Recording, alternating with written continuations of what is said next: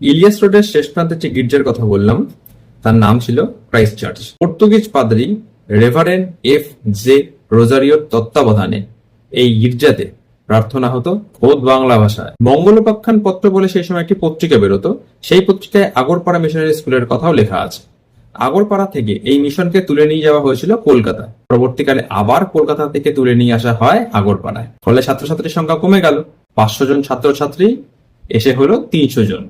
এমন অবস্থায় পর্তুগিজদের মধ্যে হঠাৎ করে বাংলা শেখার খুব চল তৈরি হলো। তার কারণটা কি ছিল? 1840-এ আগরপাড়া মিশন যখন দ্বিতীয়বার চালু হলো, তখন সেই স্কুলের ভার ছিল রেভারেন্ড স্যান্ডিস ও তার স্ত্রীর উপরে।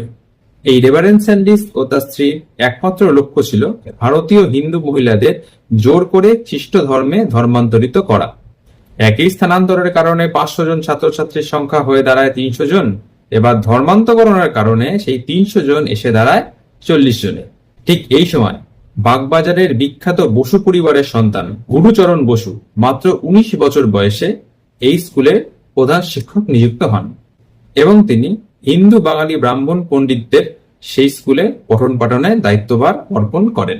বাংলা, ব্যাকরণ, ইতিহাস, গণিত ইত্যাদি সব বিষয় পঠন পাঠনের পাশাপাশি খ্রিস্ট ধর্মেও এই স্কুল থেকে শিক্ষাদান করা হতো। কিন্তু এখন নয়, সেই সময়ও শিক্ষা ব্যবস্থাকে নিয়ে চলতো পলিটিক্স।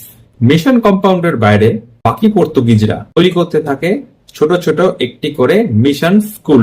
ফলে আগরপাড়া মিশনের গ্রাফ আস্তে আস্তে নিচের দিকে নেমে যায়। এরপর 1896 সালে আগরপাড়া এবং পানিহাটির ছাত্রছাত্রীদের নিয়ে একটি বিদ্যালয় স্থাপিত হয়, যার বর্তমান নাম ত্রাণনাথ উচ্চ ইংরেজি বিদ্যালয়।